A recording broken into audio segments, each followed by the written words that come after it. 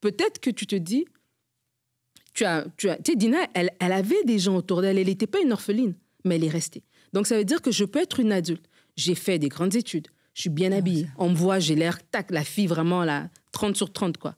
Mais ma réaction me montre qu'en fait, au fond de moi, je suis la fille qui a été brisée. Au fond de moi, je suis Dina parce que je réagis d'une manière. Comment je peux m'attacher à mon agresseur? Peut-être parce qu'au fond de moi, je pense que c'est tout ce que je mérite. Pourquoi est-ce que je pense que c'est ça que je mérite? Et c'est comme ça que le Saint-Esprit vient faire un travail dans notre âme. Et ça, c'est important de le faire avec le Seigneur. Parce que si on le fait par nous-mêmes, l'émotion est trop forte, le choc est trop fort. Peut-être ça peut nous terrasser, en fait.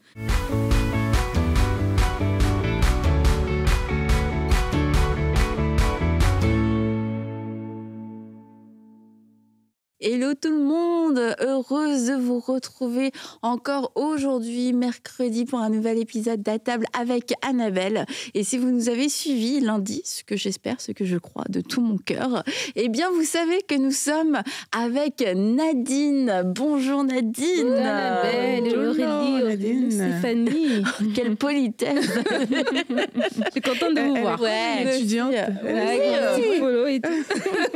Et Nadine, tu es venue parce que tu nous aimes, parce que tu as envie de venir nous voir, mais aussi parce que tu as écrit un livre. Et pour cela, nous voulons te dire félicitations. Bravo. Et maintenant que tu as écrit ce livre, eh bien, c'est important que vous lisiez ce livre, parce que c'est un excellent livre. On a commencé à en parler lundi. Et puis, dans ce livre, tu prends le portrait de combien de femmes exactement? 9. 9 femmes de la Bible. Et on peut se dire, désolé, hein, on dirait que je te fais une contre-publicité, mais tu vas voir qu'après, ça va tourner en bien. Non, on se dit, un livre chrétien avec 9 histoires de femmes chrétiennes, de femmes de la Bible, ça fait un peu bateau, un peu cliché. Mais non, pas du tout, parce que tu l'as amené d'une façon tout à fait inédite, en tout cas pour moi, je trouve, où tu as pris ces histoires de femmes et tu les as racontées dans un contexte moderne, de façon à ce qu'on puisse s'identifier et que, au-delà du contexte d'un pays ou d'une façon, peut-être d'une culture dans laquelle on ne va pas s'identifier, et quand on va lire notre Bible, on passe à côté de certaines choses. Tu as su faire ressortir les problématiques des femmes, et tout en montrant aussi l'action de Dieu dans la vie de ces femmes. Puis on se rend compte que finalement, Dieu est toujours le même, que Dieu est toujours bon, que Dieu a toujours aimé les femmes et a été présent dans des cas où des femmes ont été oubliées, ont été maltraitées, négligées. Et puis on voit aussi que le cœur de la femme a tout le temps été un petit peu agité ou blessé par les mêmes choses. C'est des choses qui existent encore aujourd'hui. Et puis quelquefois on se dit j'ai pas de solution, je sais pas comment faire. Mais en fait, on se rend compte que ces femmes de l'Ancien Testament notamment, elles ont des vies similaires aux nôtres. Fallait juste que quelqu'un puisse nous le montrer et le mettre dans un contexte plus moderne. Et tu l'as fait, Nadine. Oui. Merci. D'où le titre, je suis comme elle. C'est tellement beau, Nadine. Exactement. Nous sommes comme elle. Oui. Exactement. Je suis comme elle. De la Bible. Et je vous encourage à réécouter l'émission de lundi où dans laquelle Nadine explique comment elle a reçu cette idée d'écrire le livre et puis un petit peu son parcours. C'est toujours intéressant de savoir comment ça s'est passé. Chacune a un parcours différent. Donc aujourd'hui, on veut continuer, Nadine, et on va aller voir une autre femme. Une autre femme, et franchement, ça a été une de mes histoires préférées. Donc, est-ce que c'est pour ça qu'on en parle aujourd'hui? Je ne sais pas. Toi, l'animatrice de l'émission. Non, mais c'est une de mes histoires préférées dans ton livre, mais c'est une de mes histoires les moins préférées dans la Bible. C'est genre une histoire que j'ai tout le temps envie de sauter parce que je la trouve vraiment pas belle, en fait. Et la manière... Tu m'as réconciliée, en fait, avec ce passage, et peut-être avec une forme d'incompréhension autour de cette histoire. Et nous parlons de qui? Alors, hier, lundi, Stéphanie a deviné, Aurélie...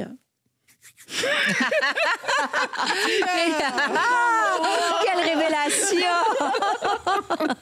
T'as vu comment elle Merci, on est dissipés un peu là. Merci beaucoup. Oui, Dina, c'est une histoire difficile. Oui. Et c'est beau ce que tu disais, Annabelle, en introduction. C'est Omer qui me le disait. Omer, c'est mon mari.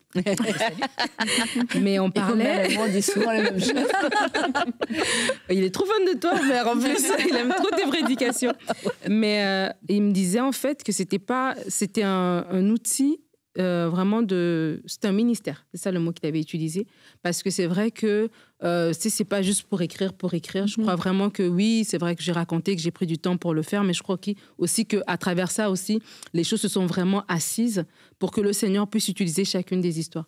Et c'est pas que des histoires tragiques, hein, il y aura aussi d'autres histoires des femmes de la Bible qui vont nous inspirer dans d'autres domaines de la vie. Mais aujourd'hui, on parle de Dina, et Dina, c'est une histoire tragique parce que Dina, c'est la fille de Léa. Et on a parlé de Léa lundi, et Dina est la seule fille au milieu de 11 garçons. Elle avait 11 frères, et Dina va avoir un épisode traumatique qui va lui arriver. Dina va être violée.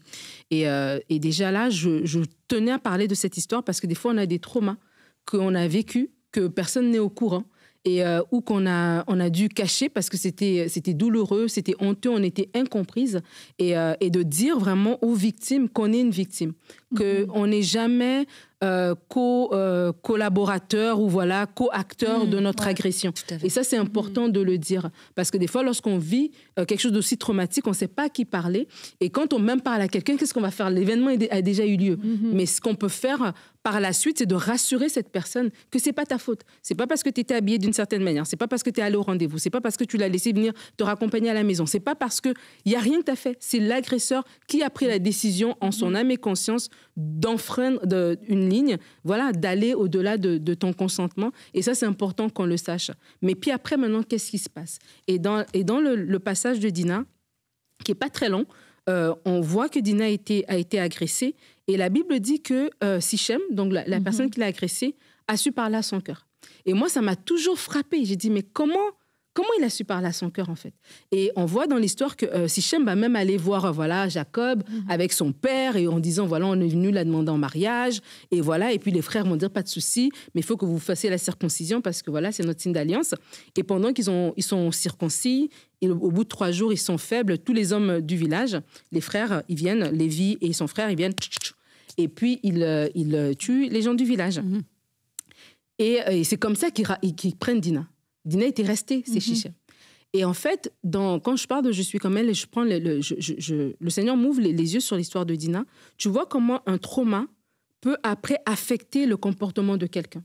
Et des fois, on rencontre quelqu'un dans son comportement, mais on ne sait pas d'où le comportement vient. Et c'est le comportement, en fait, c'est juste la devanture de quelque chose de plus profond, de plus caché. Et ce traumatisme qu'elle a vécu, et pourtant, elle était aimée de ses 11 frères, elle aurait pu retourner chez eux, elle aurait pu avoir des gens qui étaient prêts à se sacrifier. Ils ont mis leur vie en danger pour pouvoir, entre guillemets, sauver son honneur ou laver son honneur. Mais malgré ça, elle est restée. Parce que c'était tellement fort, c'était tellement difficile comme situation que ça l'a clouée, en fait.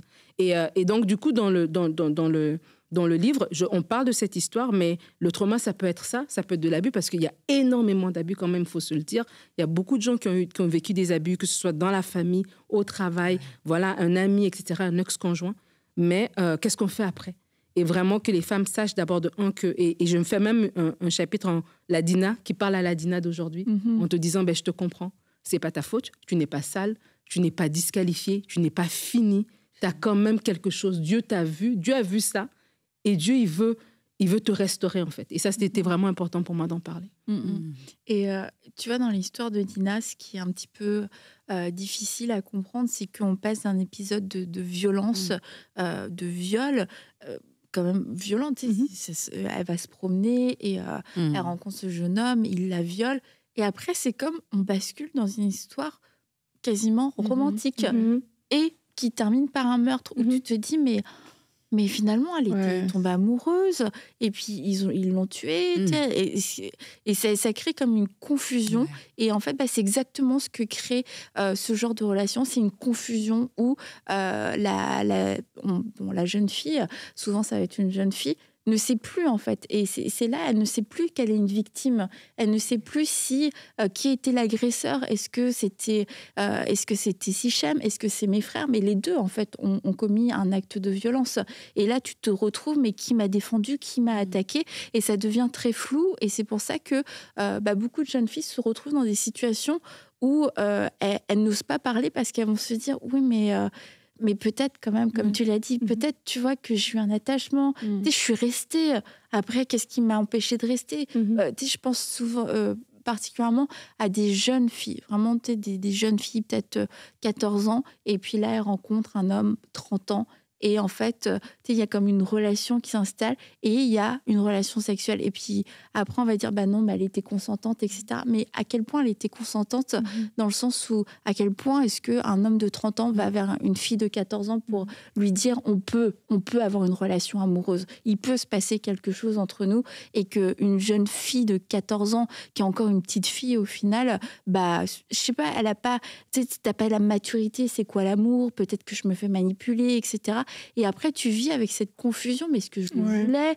Est-ce que c'était moi? Est-ce que peut-être que j'ai eu des sentiments? Mais moi aussi, je suis allée vers cet homme, tu sais, j'ai voulu, je l'ai appelé, et c'est là où tout se mélange, et que même l'entourage, après, va dire, mais attends, si tu voulais pas, tu pouvais dire quelque chose. Et tu as toute la confusion qu'on peut avoir dans l'histoire de Dina, de toutes les parts, de toutes les perspectives, bah, c'est vraiment cette confusion émotionnelle et spirituelle que crée l'abus. Et quand on sait pas, quand on n'en a pas parlé, et que tout se mélange. Et merci, parce que tu viens vraiment éclairer ce genre de relation. Et tu parles même de 14-30 ans. Parfois, c'est vraiment un cas avéré dans le sens que c'est un mineur. Mais il y a des personnes qui sont adultes et qui ont vraiment aussi ce rapport-là qui entraîne cette confusion. Et quelquefois, parce qu'on est adulte, on va même plus facilement le justifier que si c'était un mineur. Mais c'est vraiment important de ne pas justifier ça, en fait, de ne pas rester dans cette espèce de truc bizarre. Et par rapport à l'histoire de Dina, moi, j'ai l'impression aussi que c'est quand même une succession de malheurs, quelque part. Tu vois, c'est, comme tu as dit, c'est comme un coup, on te viole. De l'autre coup, c'est comme si c'est ton histoire d'amour qui est complètement détruite. Donc, c'est comme une succession de malheurs. Et quelquefois, justement, quand on est déjà dans cette position où émotionnellement, on est faible parce qu'on a été abusé, etc., il y a d'autres choses qui peuvent arriver. Et c'est comme si le but de l'ennemi dans tout ça, c'est vraiment de t'anéantir au plus profond. Et c'est comme ça qu'on va se retrouver aussi avec des femmes qui ont des caractéristiques similaires, où c'est comme si elles étaient au plus bas, du bas, du bas, du bas. Et c'est important d'avoir des réponses, parce que c'est des problèmes très difficiles. C'est pas des choses qui se règlent en un coup de pouce. Et avoir une perspective comme ça, où la Dina d'hier vient parler à la Dina d'aujourd'hui, moi, je trouve que c'est tellement important, parce que c'est pas des petits problèmes, tu vois. C'est des choses tellement profondes qu'il faut apporter des réponses, des solutions concrètes à ces choses-là. Et tu vois, tu disais, Annabelle, que ses frères ont réagi et Sichem a agi, et elle a rien fait, en fait. Elle n'a pas parlé. Et des fois aussi, dans des cas d'abus, c'est que tu n'as pas parlé, en fait. Tu n'as jamais parlé, tu es resté comme ça, c'est passé. Peut-être que tu parles de la jeune fille, l'adolescente, qui l'a peut-être dit à quelqu'un, qui a couvert, qui a dit, bah, écoute, c'était une fois, on n'en parle plus. Et là, tu grandis, tu te dis, OK, c'est fini, c'est derrière moi. J'ai jamais parlé, j'ai jamais vraiment dit ma part à moi, tu vois. Je reste avec cette confusion-là, et puis j'avance. Mais après, quelque chose d'autre arrive. Comme je disais lundi, c'est nos réactions sont des indicateurs. Et c'est dans l'autre chose que tu vois que je suis Dina, en fait. Quand je dis je suis comme elle, c'est que tu parlais, Aurélie, des adultes. Peut-être que tu te dis, tu sais, Dina, elle avait des gens autour d'elle. Elle n'était pas une orpheline, mais elle est restée. Donc, ça veut dire que je peux être une adulte. J'ai fait des grandes études. Je suis bien habillée. On me voit, j'ai l'air, la fille vraiment, là, 30 sur 30, quoi. Mais ma réaction me montre qu'en fait, au fond de moi, je suis la fille qui a été brisée. Au fond de moi, je suis Dina parce que je réagis d'une manière. Comment je peux m'attacher à mon agresseur? Peut-être parce qu'au fond de moi, je pense que c'est tout ce que je mérite. Pourquoi est-ce que je pense que c'est ça que je mérite? Et c'est comme ça que le Saint-Esprit vient faire un travail dans notre âme. Et ça, c'est important de le faire avec le Seigneur. Parce que si on le fait par nous-mêmes, l'émotion est trop forte, le choc est trop fort. Peut-être ça peut nous terrasser, en fait. Mais c'est alors que le Seigneur te dit, ah tiens, c'est vrai que moi, j'ai telle réaction. D'où ça vient? Et là, le Seigneur est en train de te montrer. Et c'est là, ça veut dire, OK, c'est le jour de la guérison aujourd'hui. On va ouvrir la porte. OK, Esprit de Dieu, rentre dans cette situation et commence à travailler. Et on parle de viol dans ça, mais il y a aussi des gestes inappropriés. Tu sais, des fois, on se dit, ben, il m'a pas violé, ou il y a eu... Mais c'est inapproprié quand ça rentre dans ton intimité. Et c'est là que ça devient... tout dans ton esprit un peu plein de parce que parce que ce que j'ai comme tu dis, Annabelle, est-ce que j'ai fait quelque chose? Est-ce que j'ai souri? Est-ce que j'étais assis? Puis là, même tu dis, ben si je dénonce, est-ce que je vais être cru? Et ça, c'est ça, est-ce que je vais être cru? Et alors, et il y a plein de gestes. Et ça, c'est tellement important de le dire parce que statistiquement, je pense que c'est au moins une femme sur 4 qui a été victime de gestes inappropriés jusqu'au viol. Et bien sûr, et vous serez surprise aussi dans la famille. Oui. Donc, imagine-toi comment je peux... Si je parle, je vais détruire ma famille. Mais si je parle pas, je vais détruire ma vie aussi. Donc, s'il y a des Dina qui nous écoutent, juste de s'arrêter, tu sais, puis de dire, il faut que je parle à bonnes personnes. Parce que ça va me détruire. Et aussi briser la culpabilité malsaine. Parce qu'il y a beaucoup de femmes, elles sont prises avec une culpabilité. La saine culpabilité, c'est je fais mal, je me sens mal. Mais la culpabilité malsaine, c'est que j'ai rien fait. Puis dans un acte comme ça, j'ai rien fait pour mériter ça. Il faut que je le dise. Et ça met de la honte, ça met tout ça. Et Dieu veut vraiment libérer les femmes. Et ça, il y en a partout aux 4 coins de la planète, des femmes qui ont vécu ça, puis ils ont honte de le dire, puis ils ont honte il faut le dénoncer. Je trouve ça excellent, Nadine, que tu en parles dans ton livre. Mais tu dis, si je parle, ça va détruire ma famille. Mais dans le cas de Dina, on voit qu'en fait, dans son silence, il y a eu une réaction qui, tout à fait, dans tous les cas, a détruit plus qu'une famille. Donc, c'est aussi de prendre conscience que chacun est responsable de ses actes et que s'il y a une famille qui... Après, il y aura des conséquences, il y aura des répercussions, mais c'est difficile à se dire et puis à accepter. Mais en fait, c'est pas de ma faute. Parce que moi, j'ai rapporté une information parce qu'il y a une violence qui m'a été faite. Mais c'est pas moi en tant que telle qui ai détruit la famille, c'est la personne qui a posé cet acte inapproprié. Mais quand on est dans la situation, on a du mal à l'accepter et à le voir. Et c'est pour ça qu'on fait ce genre d'émission, c'est pour le dire. C'est pas toi qui détruis la famille, c'est pas toi qui as fait quelque chose de mal. Donc c'est pas à toi d'en porter la faute et puis en plus d'en porter le poids et puis de te dire sur moi repose toute la paix. Mais aussi dans nos cercles chrétiens, le piège, c'est de confondre le pardon. C'est que tu dis, je suis chrétienne, donc il faut que je le pardonne. Mais pardonner, ça ne veut pas dire dénoncer. Ne pas dénoncer. Ne pas dénoncer, excuse-moi, ne pas dénoncer. Pardonner, ça ne veut pas dire faire comme si de rien n'était, balayer ça sous le tapis. Tu sais, tu peux être dans un processus de pardon parce que c'est vrai qu'après des actes de violence comme ça, il y a le pardon qui te libère, toi.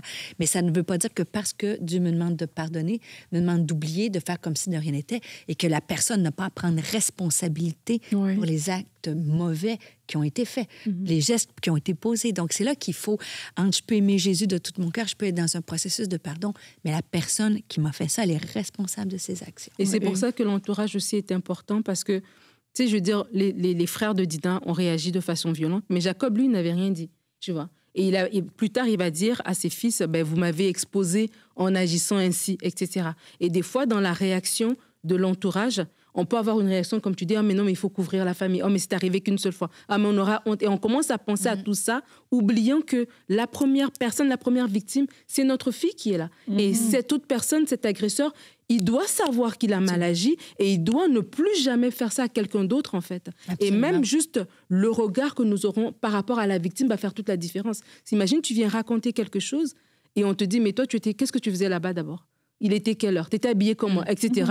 Mais tu enfonces en fait cette personne. Absolument. Et des fois, en tant qu'entourage, on ne se rend pas compte que Dieu veut passer par nous aussi pour exposer cette situation, pour exposer cet agresseur. Et c'est notre réaction qui va faire la différence, à savoir, est-ce que cette personne va s'en sortir ou bien ça va être un poids qu'elle va porter et toute sa vie, elle aura des réactions qui seront rattachées à cet événement-là. Moi, je crois qu'en tant qu'entourage, justement, et j'ai écouté quand même plusieurs histoires où, justement, les personnes ont même parlé, mais c'est l'entourage qui a tassé l'histoire pour ne pas exposer la famille, un peu comme on est en train de dire. Et vraiment, comme tu le disais, Nadine, c'est comme si la personne victime est brimée quelque part. Tu vois, on ne la considère pas. Et j'ai même entendu des histoires dans lesquelles... on a laissé l'agresseur et la victime dans la même maison, encore ensemble. Tout à fait. Et ça, on trouve ça parfois normal, juste pour une question de « je ne veux pas exposer ma famille ». Et en tant qu'entourage, c'est pas normal, en fait. Ça veut dire qu'on on est vraiment en train de sacrifier une vie parce que demain, cette personne-là, elle grandit. Mais comme tu dis, il y a des réactions, tu ne sais pas d'où ça vient. Elle grandit même dans un environnement dans lequel elle n'est pas sécure. Les personnes qui étaient censées la protéger, qui parfois sont même des parents qui ont juste couvert, qui étaient censés la protéger, cette personne se retrouve en fait pas en sécurité dans sa propre maison, exposée. Et dans plusieurs cas, ces personnes ont recommencé. Ça veut dire que la petite parole où tu vas dire à la personne qui l'a fait « Ah, mais c'est bon, on arrête, on couvre l'histoire, mais ne le fait plus, etc. » Ça ne fonctionne pas souvent. Non. Et c'est vraiment important de prendre des vraies mesures et de dire « Mais non, ça peut pas, on ne peut pas juste laisser un agresseur et une victime dans la même maison. On ne fait rien en comptant sur la bonne foi de la personne en face. » Il y a beaucoup, on va en parler après, mais de relations mère-fille, notamment, qui sont brisées à cause de ça, parce qu'il y a eu un manque de prise de responsabilité. Et puis, surtout, lorsque tu es enfant, tes parents sont là pour te protéger. Et même s'ils ont souffert, même s'ils ne savaient pas comment faire, au final, c'est que l'enfant, même en grandissant, se dit à ce sentiment, j'ai pas été protégée. Oui, absolument. On l'a pas fait. Puis ça laisse comme une profonde insécurité qui après va se manifester de différentes façons, et ça peut donner des femmes qui vont avoir des caractères, on a l'impression qu'elles ont des caractères très forts, mais en fait c'est parce qu'elles ont un constant besoin de se protéger, parce que le message que leur âme a reçu en étant plus jeune, c'est personne n'est là pour te protéger. Tu l'as dit, personne ne s'est levé pour toi. Donc aujourd'hui, tu ne peux compter que sur toi-même. Et du coup, ça peut devenir des femmes, même des femmes à hommes, parce qu'elles ont l'impression que c'est elles qui contrôlent. Et puis, c'est comme t'es mon trophée, parce que je ne serai pas une victime. Donc c'est moi qui deviens la chasseuse. Et puis...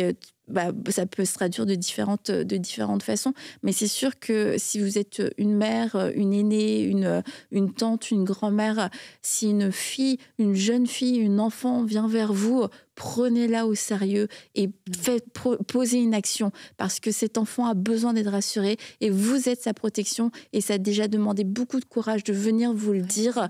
Donc n'ajoutez pas à sa honte. Aujourd'hui, ne choisissez pas votre réputation, ne choisissez pas votre confort, parce que cet enfant ou cette jeune fille est venue vous voir et elle attend votre aide, et c'est ce que Dieu vous demande de faire, et je crois qu'il vous donnera la force aussi. Dieu est toujours du côté de la justice, parce que c'est un Dieu de justice. Et je voulais aussi parler d'un autre point, Nadine, avec toi, c'est de Sichem lui-même. Parce que Dina se retrouve dans cette relation qui est vraiment spéciale. Et en fait, t'écris Sichem la viole, donc Dina, mais ensuite il parle à son cœur. Quelle contradiction. Et pourtant, Dina accepte sa demande en mariage.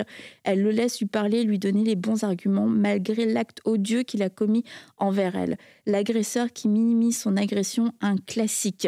Il nous dit que c'était plus fort que lui, que cela ne se reproduira plus.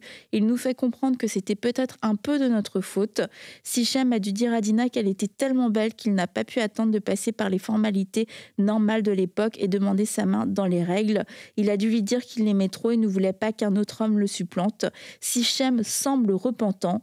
Dina se dit sûrement cela ne se reproduira pas une fois que nous serons mariés. Il aura changé, il me respectera, il s'assurera que je sois prête, il voudra mon accord. Est-ce que le discours de Dina, est-ce que la réflexion de Dina, qu'on imagine plus ou moins, d'après ses actions, est-ce qu'on la comprend d'une certaine façon, mais est-ce qu'elle est juste ? Elle n'est pas juste, mais elle est la réflexion de beaucoup d'entre nous, en fait. Parce que c'est facile de voir l'autre et de dire « Ah, elle n'aurait pas dû faire ça ». Ouais. Mais en fait, quand on s'assoit et on s'examine nous-mêmes, on se rend compte aussi qu'on peut faire ça. Et je me suis toujours posé la question, mais comment Sichem a réussi à lui parler ? Je veux dire, pourquoi ne pas m'avoir demandé ma main au début, et puis après, on serait mariés, et puis on aurait pu le faire dans les règles de l'art ? Pourquoi elle va faire les choses à l'envers ? Et je ne sais pas ce qui s'est passé au niveau de Sichem. Mais ça m'a amené à me poser la question au niveau de Dina, comment est-ce qu'elle en est arrivée là, en fait ? D'abord, de un, l'agression, c'est sûr que ça a laissé une marque en elle. L'agression, l'ennemi va te faire croire que tu n'es plus... tu es sale, que personne ne voudra de toi, que voilà, c'est normal en fait que ça t'arrive et que tu n'as pas d'autre choix que de rester là. Et du coup, tu te commences à te faire un film dans ta tête en te disant « Ok, Là, il est repentant, ça veut dire qu'il va changer. Peut-être que ça prend juste que j'accepte, ça prend juste peut-être que la prochaine fois, etc., etc. Et en fait, tu rentres dans ce cadre, dans cette espèce de jeu, là, j'ai envie de dire. Mais un système agresseur, ça va être un système agresseur plus tard. Quelqu'un qui t'a agressé, là, on parle de viol, mais un homme qui t'a manqué de respect dans vos fréquentations, qui t'a tapé dans vos fréquentations, il va te taper dans votre mariage. C'est la suite logique, en fait. Mais des fois, on veut tellement se convaincre. Même s'il montre par de regrets, par ses mots. Mais moi, je dis toujours que les actions parlent tellement plus fort que les mots. Et ces actions, maintenant, vont montrer autre chose, en fait. Et alors que je pensais à ça, je me suis toujours dit, mais pourquoi? Tu sais, je réfléchissais, mais pourquoi, Dina? Pourquoi? Et après, je me suis dit, Dina, c'est qui? Dina, c'est la fille de Léa. Et voilà. Et je me suis dit, qu'est-ce qu'elle avait, Léa? Léa, c'était une femme qui, toute sa vie, a couru après la mort de son mari, qui, toute sa vie, le mépris de l'homme qui est supposé la protéger, l'aimer, était normal. Elle avait accepté. C'était évident devant les autres, devant les enfants. Et là, je me suis mis à parler. C'est sûr que la Bible, on en parlait avant l'émission, elle ne nous dit pas exactement c'était quoi l'histoire de Dina et Léa. On sait juste que c'était une mère et une fille, mais on n'a jamais vraiment vu aucune fois qu'on raconte un dialogue entre eux, on ne sait pas c'était quoi leur relation, etc. Mais je me suis permise de m'imaginer. Donc là, on imagine, on travaille ensemble, on s'imagine. Je m'imagine, je suis Dina, Léa, je suis une maman, il y a 11 garçons dans la maison parce qu'il y avait aussi les enfants de Rachel et des servantes. Et puis j'ai une fille au milieu de ces garçons. C'est sûr que je vais avoir une relation avec elle. C'est sûr que c'est ma fille, c'est sûr que c'est ma petite princesse avec qui je parle. Mais qu'est-ce qu'on se dit? Et là, je me suis mis à me questionner. Qu'est-ce que Léa disait à sa fille, Dina? Est-ce qu'elle lui parlait à travers ses peurs, en lui disant, Dina, les hommes sont tous les mêmes? Et ça, aujourd'hui encore, il y a des mamans qui vont dire à leurs filles, parce qu'elles ont eu des difficultés, elles ont eu un mari difficile, les hommes sont tous les mêmes, les hommes, tu ne peux pas leur faire confiance, voici, voilà. Ou est-ce que Léa, au contraire, parlait à sa fille à travers une espérance, en disant, Dina, écoute, moi, je n'ai pas été aimée, mais toi, ta vie va être différente. Tu vois. Comment est-ce que Dina, dans tout ça, elle se voyait? Est-ce qu'elle se voyait comme sa tante Rachel ou elle se voyait comme sa mère, Léa? Et tu vois, tout ça, ça vient jouer. Après, ça m'a amené à faire justement un chapitre sur les relations mère-fille. Parce que tout ça, ça nous amène aussi à voir que des fois aussi, dans nos façons d'agir, il y a des choses aussi qu'on a héritées.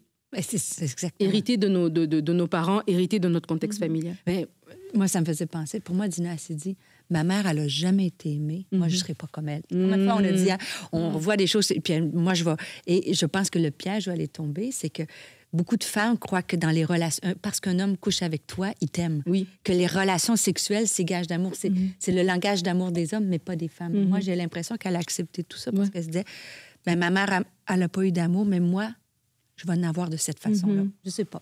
C'est pas écrit dans la Bible, mais ça m'amenait cette... ça nous fait vraiment et de penser que le fait qu'elle a été violée, c'est comme il m'aimait trop. Il y a beaucoup de femmes qui vont accepter des situations d'actes sexuels avant le mariage parce qu'ils pensent qu'en faisant ça, c'est parce qu'il m'aime. Et parce qu'il l'aime, il va la respecter. Mais par peur de le perdre, par peur de tout ça. Mais c'est tellement vrai ce que tu dis. Parce qu'il t'aime, il va te respecter. Mais si autour de toi, tu as juste vu un amour irrespectueux, pour toi, tu crois qu'un amour, c'est irrespectueux, en fait. Et ça prend vraiment de revoir sa mentalité, d'être transformé dans son intelligence renouvelée. Lorsqu'on sait, par exemple, qu'on vient d'un contexte familial compliqué, il faut qu'on se positionne dans la parole et qu'il faut qu'on laisse la parole nous transformer, en fait, et mettre le nouveau standard. C'est pas le standard de ce que j'ai vu autour de moi, de peut-être mes amis. Je me suis dit, moi, mon mari, il est moins pire que les autres. C'est pas un moins pire qu'eux. C'est est-ce qu'il est au standard de Dieu pour moi? Est-ce que c'est un homme intègre, etc., etc. Et donc ça, c'est super important de faire cet exercice. Mais c'est difficile. Si on ne fait pas, on n'a pas le recul nécessaire pour se reconnaître aussi et dire, tiens, cette façon que j'ai de réfléchir, d'agir, etc., n'est peut-être pas la bonne. Mais c'est le besoin d'être aimé. Tu sais, comment, moi, je me méditais, je me disais, c'est quoi son réservoir affectif? Je pense qu'elle avait besoin d'être aimée et peut-être que même malgré qu'il avait posé ces gestes horribles sur elle, il a parlé, donc elle est tombée un peu dans cette... Elle a été manipulée. Parce qu'elle avait un réservoir affectif qui était vide. Et c'est pour ça que ça devient important de comment je nourris mon réservoir affectif, où je vais chercher l'amour, tu sais. Est-ce que je vais vraiment demander à Dieu de venir le remplir? Parce que quand on a tous besoin d'aimer, d'être aimé, c'est comme ça Dieu nous a créés. Oui, moi, je vois aussi le côté où, justement, comme on dit souvent, l'amour rend aveugle, où tu es prête parce que tu es maintenant amoureuse à accepter des choses qui ne sont pas acceptable, tout simplement parce que c'est comme si tu ne le vois pas en fait. Et on revient encore à cette question de l'entourage où c'est aussi bien de parler, de ne pas toujours cacher des choses, parce que plusieurs personnes, c'est parce que les gens ne savaient pas qu'ils se sont retrouvés en fait dans des situations où quelqu'un te dit un truc, c'est vraiment du n'importe quoi, entre guillemets, mais tes oreilles le prennent. Tu vois, comme là, on parle de Dina, quelqu'un finit de t'abuser et puis vient te raconter une histoire. Et puis toi, tu te dis, ah ben ok, si ça se trouve, tu réussis à trouver des excuses à cette personne-là. Et parfois, on trouve des excuses aux gens parce que l'amour rend aveugle, comme on dit. Parce qu'on est dans une saison où je suis juste amoureuse. Donc là, je me retrouve en train de trouver ces excuses-là. Donc, parlons. Il faut vraiment qu'on réussisse à parler, parce que c'est quand tu vas parler que les choses, peut-être que toi, tu ne vois pas, parce que tu es dans ce mood-là, mais les choses que tu ne vois pas, mais les gens autour de toi vont pouvoir le voir, pouvoir te conseiller et pourquoi pas éviter aussi de se retrouver dans des relations abusives. Et on parle du rôle de Léa dans le cas de la relation mère-fille, mais il y a aussi le rôle du père en fait. Et on voit que Léa, elle était entourée elle était dans un environnement masculin et puis finalement très un environnement quand même qui a l'air assez brutal, parce que la réaction, c'est on met un plan en place pour tuer tout un village. Donc c'est assez violent comme façon de faire, et ça sort pas de nulle part. Et on peut aller aussi, puisque tu as fait cet exercice entre Léa et Dina, mais quelle était la relation entre Dina et son père, tu vois? Est-ce que tu parlais de réservoir affectif, mais est-ce qu'elle connaissait la valeur? Est-ce qu'elle savait c'était quoi sa valeur en tant que femme? Et ça, je pense qu'une mère peut donner beaucoup à ses enfants et va donner beaucoup, mais un père, surtout vis-à-vis d'une fille, va lui donner un regard masculin qui est pas, et je parle pas d'un regard malsain, mais ce premier regard masculin qu'une fille va avoir normalement, ce regard d'amour, c'est censé être du père. C'est un regard qui est pur, un regard qui est valorisant, un regard qui est bienveillant et qui te dit mais tu mérites quelqu'un de bien, tu vois. Et souvent, quand tu l'as pas de la part de ton père, c'est là où tu saisis le premier qui te regarde, le premier qui te dit un petit mot gentil, le premier qui te fait croire que, t'as l'impression d'être aimé, t'as l'impression d'être quelqu'un de spécial, tu le prends en fait. Mais quand t'as déjà été aimé par ton père et par tes frères aussi, et que tu te dis, mais en fait, j'ai déjà connu l'amour d'un homme, pas l'amour amoureux, mais un autre amour, mais qui était, il ressemblait pas à ça en fait. Chez moi, on m'a jamais parlé comme ça. Chez moi, on m'a jamais traité de cette façon-là. Chez moi, je me suis sentie considérée. Chez moi, on pense que je suis intelligente, que j'ai quelque chose à dire. Et excuse-moi, mais cette relation, elle m'intéresse pas en fait, parce que tu m'apportes rien. Je vois que tu me considères en dessous de ma valeur. Mais quand personne n'a jamais établi ce standard pour toi dans ta vie, tu peux te dire, c'est peut-être ça en fait l'amour. Et c'est ça l'amour, c'est peut-être que ça que l'amour a à m'offrir. Et puis je regarde ma mère, écoute, ça a pas l'air d'être super, ça a l'air d'être un peu ça. Et puis je regarde là pour Léa, tu vois, elle regarde sa tante aussi, sa tante est là, dans l'environnement familial. Il y a de la rivalité, c'est chacune pour soi, c'est que la meilleure gagne, c'est des coups bas, c'est de la jalousie, des critiques, des médisances, ou même les enfants sont entraînés là-dedans, dans toutes ces rivalités familiales. C'est sûr que tu as une image du couple, du mariage qui est quand même altérée, et qui font que même si tu as des rêves de petite fille, ça peut juste rester des rêves en te disant c'est juste c'est à la télé. Bon, à Dina, c'était pas à la télé, mais tu vois, c'est juste dans ma tête et c'est pas accessible. Et souvent aussi, c'est que probablement on a tous dans nos familles des personnes, des frères, des sœurs, et qui sont plus vus que d'autres. Rachel, pour moi, c'était la star, quoi, la belle fille. Elle avait tout. Eux, peut-être que Léa, toute sa famille, se sont dit, nous, on est les seconds violons, on est moins. Tu sais, on a dit lundi, là, ils l'ont mis vraiment au début pour aller rencontrer Zéhu. Donc, tu vois, est-ce que tout ça, cette image de dire, moi, je vaux moins que les autres, ma famille à moi, elle vaut probablement moins que celle de Rachel. Donc, quand on a eu ça, on dirait qu'on ne mérite pas le respect. Elle a pas pu, comme tu dis, le regard. Si Jacob aimait plus Rachel, puis que la Bible nous dit que Léa n'était pas aimée, est-ce qu'il prenait soin de Dina? On ne le sait pas, on fabule, là. Mais je suis convaincue que toutes ces relations-là, de se penser moins à la hauteur, moins désirable, mais là, c'est là que tu fais des compromis, puis tu dis, ben, tant qu'à ne pas être aimée, mais... Je vais t'aimer à moitié. Oui, ou je vais faire des compromis. Je vais prendre quelque chose qui est inacceptable, mais ton cœur, il le sait. Tu mérites mieux que ça. C'est pour ça que c'est important de s'arrêter, en fait. Ouais. Et on peut être Dina parce qu'on vient d'un environnement déjà qui nous avait déjà prédisposé à être des Nina, parce qu'on a vu d'être mal aimé, etc. Il y a des familles, il y a des gens aujourd'hui qui sont issus des familles polygames. Et donc, ils ont vu déjà peut-être des choses, peut-être ils ont vu leur mère être maltraitée ou être mal aimée. Mais peut-être aussi, des fois, il y a des événements. Tu parlais, tu disais, Dina était là, elle avait des frères, elle avait une grande famille. Si peut-être elle avait une relation avec son père, par exemple, qui était une relation où le père l'avait aimée, etc. Mais qu'est-ce qui fait que je suis devenue Dina un jour? C'est parce que j'ai eu une rencontre au bout d'une route, d'un Sichem, d'un truc qui m'a complètement brisée. Et là, ça a redéfini comme si ça repartit les compteurs à zéro pour moi. Et là, ça m'a complètement sorti de ma trajectoire. Et alors que je me rends compte que je suis en orbite, je fais quoi? Et alors que je me rends compte que je suis en orbite, je m'arrête. Et je me dis, mais tiens, c'est pas normal. Pourquoi? Comment j'ai pu avoir tout ça en grandissant? Et là, j'arrive à ce point. OK, il y a quelque chose qui s'est passé. Alors, je dois maintenant m'arrêter et réaliser c'est quoi qui s'est passé. Peut-être c'est du mépris que j'ai vécu, peut-être c'est l'abus dont j'ai vécu, peut-être il y a quelque chose qui s'est passé qui m'a dérouté de ma ligne. Et vraiment, je m'assois et je fais le travail pour pouvoir revenir là-dessus. Et je fais aussi la distinction. Et là, je veux juste revenir par rapport à l'histoire de Rachel, de Dina et sa mère, mais même des femmes qui nous écoutent, de faire la distinction entre l'histoire de notre famille et de nous. Tu sais, moi, j'aime toujours dire que quand la Bible dit dans Éphésiens qu'on est gens de la maison de Dieu, là, c'est que vraiment, c'est comme si notre arbre généalogique naturel est là. Et là, on a pris notre nom, on l'a enlevé, et puis on l'a mis Jésus, Dieu. Et puis nous, on est là. On est dans la famille de Dieu. Il faut réaliser que spirituellement, je suis dans la famille de Dieu. Et donc, l'héritage que j'ai pu avoir de ma mère, peut-être de mon père, tout ce que j'ai pu vivre, peut-être que oui, dans notre famille, il n'y a personne qui se marie, dans notre famille, les relations sont chaotiques, etc. Ça peut être mon héritage, entre guillemets, naturel. Voici comment je réagis. Mais maintenant que je suis un enfant de Dieu, je dois manifester l'héritage que j'ai dans ma vie chrétienne. Et c'est comme ça que tu commences à te défaire. Donc, OK, c'est vrai que je viens dans cet environnement-là, mais mon avenir, voilà, ne sera pas mon passé. Ça a l'air bateau, mais c'est vrai. Ton avenir va être différent parce que oui, tu fais partie de la famille de Dieu et il y a un héritage différent qui est le tien. Et alors que tu réalises cela, tu te mets maintenant à marcher tu réclames cet héritage, tu l'appliques dans ta vie et tu te mets à marcher en nouveauté.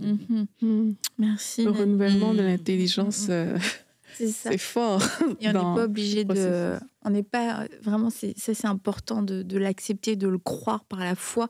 C'est que on n'est pas obligé de reproduire les mêmes schémas familiaux.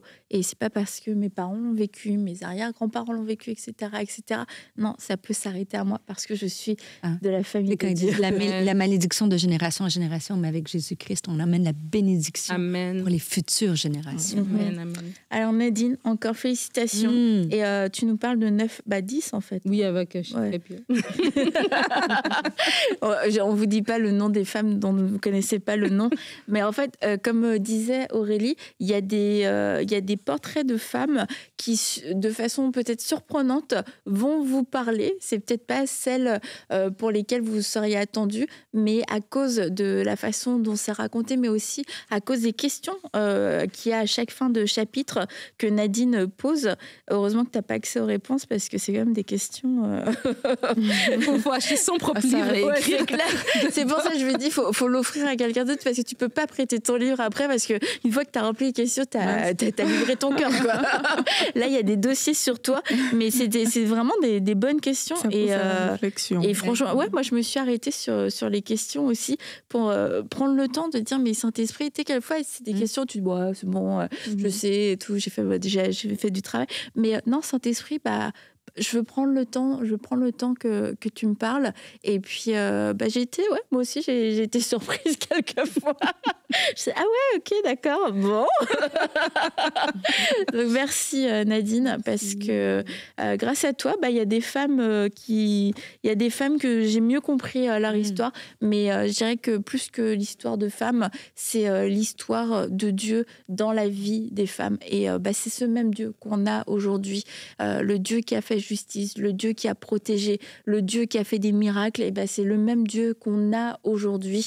Et qu'on soit dans une situation de détresse, une situation d'injustice, une situation de manque, une situation d'impossibilité, nous avons le même Dieu, ce Dieu extraordinaire, celui qui n'a pas changé, et c'est celui qui veut aussi faire quelque chose pour toi. Et je crois que Dieu peut le faire à travers cette émission, mais que Dieu suscite aussi des outils tel que le livre que Nadine a pu écrire. Je suis comme elle pour pouvoir nous ouvrir les yeux, pour qu'on puisse prendre le temps aussi qu'ils viennent faire un travail plus en profondeur. Il y a des choses, ça se passe comme ça. On entend une phrase, on a une révélation et gloire à Dieu, on aime ces moments-là.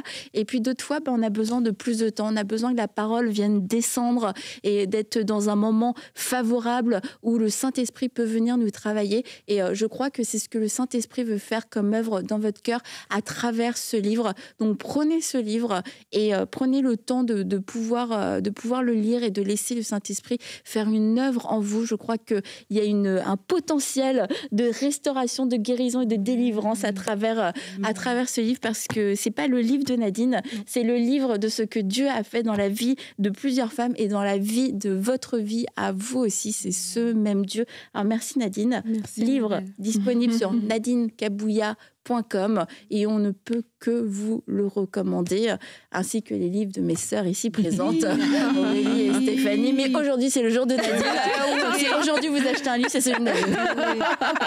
nadinekabouya.com. Merci beaucoup Nadine. Merci.